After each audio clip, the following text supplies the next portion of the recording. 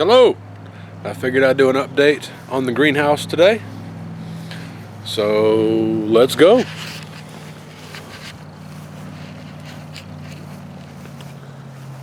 We are in this stupid lockdown state. Well, they're getting ready to change everything to where it's not. Get it! He wouldn't know what to do if he caught it.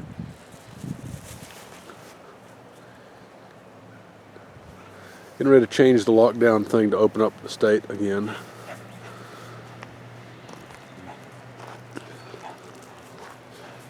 That's Porter. He's a spaz. A squirrel went in here. Huh. Anyway, I'm in the greenhouse. Come on, Porter. Squirrel's still outside. Alright, so, a few changes since last time.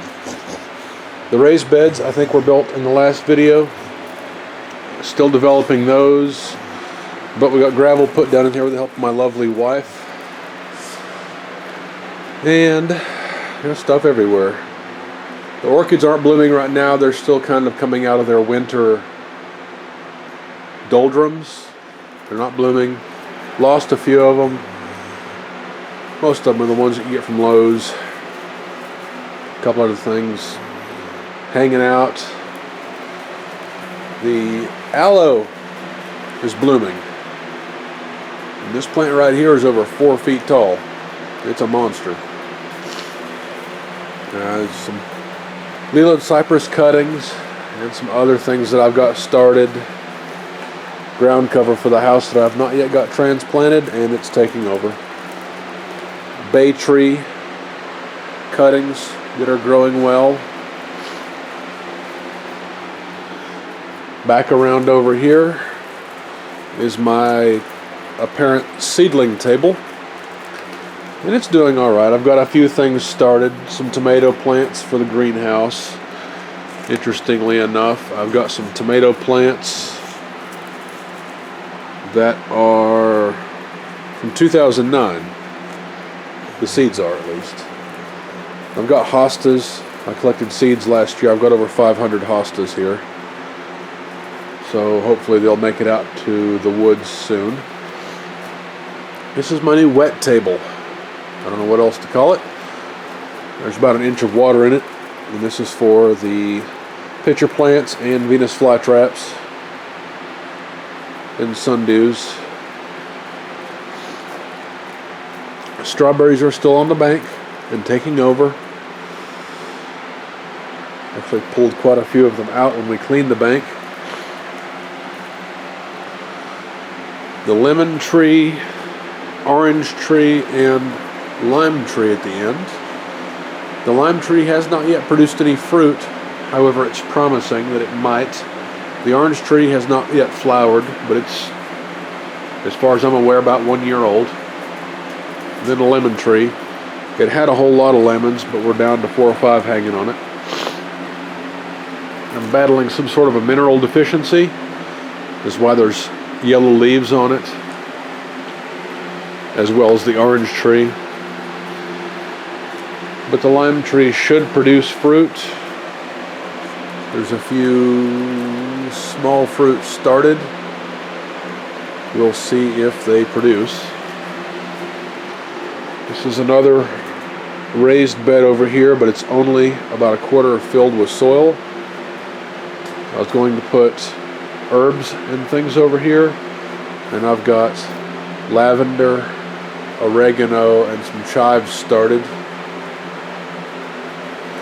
And just need to add more dirt or soil and finish that. It's just a gravel that came in. I decided to go ahead and put mulch on that side because I don't know what else I'm going to plant. But I do need a potting bench maybe right there in the future.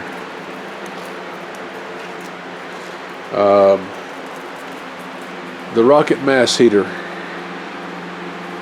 I love the concept. It's a great thing, but I think there's a reason that nobody else uses them in greenhouses.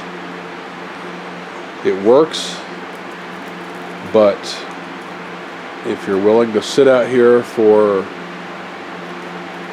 2 to 3 hours when it is cold to get the thing good and hot, it's fine. But as it is, I'll probably end up tearing it out and putting in another planter like that. All I need in here, and I'm in the mountains of western North Carolina, near Asheville, all these 3-watt Christmas lights that I've got strung around the inside. These things, I don't have to turn on until it gets below 20 degrees. And then if it gets below about 10 degrees, I have to have additional heat, which, as you can see right there, I cheat a little bit. Just a little room heater when it gets below 10 degrees. And in this area, that's not common. Doesn't happen. Didn't happen at all last year. My attic fan that I changed the motor on, you may know that if you get anything for a greenhouse, you'll pay twice as much for it, or 3 times as much. But this was an attic fan from Lowe's, and all I had to do was take the motor and flip it around the other way to make it an exhaust fan, or a fan that blows out instead of a fan that was designed to blow in or suck in. And it cost half as much. And that's controlled with one of those little controllers. That works great. And on the other end of the greenhouse is these louvers. They're controlled by that little box and that controller right there. That opens these up at 70 degrees. And it pulls air in through the windows to where the fan on the other end doesn't even come on until it's 90 degrees, and it doesn't come on much at all. So there's another honest update of the greenhouse. Some spinach and kale there. I'm still very happy with the greenhouse. I love an underground greenhouse. I would build it again. I would not put the rocket mass heater in it again if I had it to do over with. But it was a good experience. These things do best in a single room, well insulated home,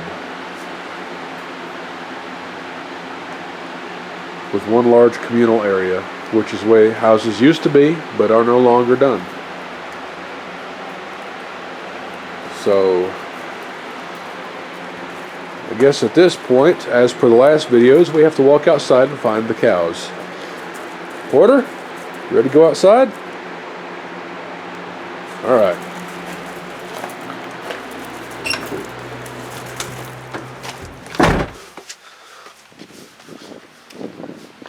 All right. Porter, don't worry about the squirrel. Come on. Hey, come on.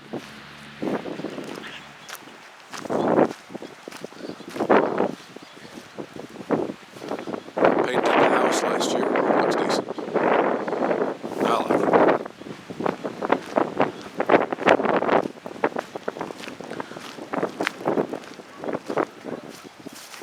Things changed last year, so cut down on the herd a little bit.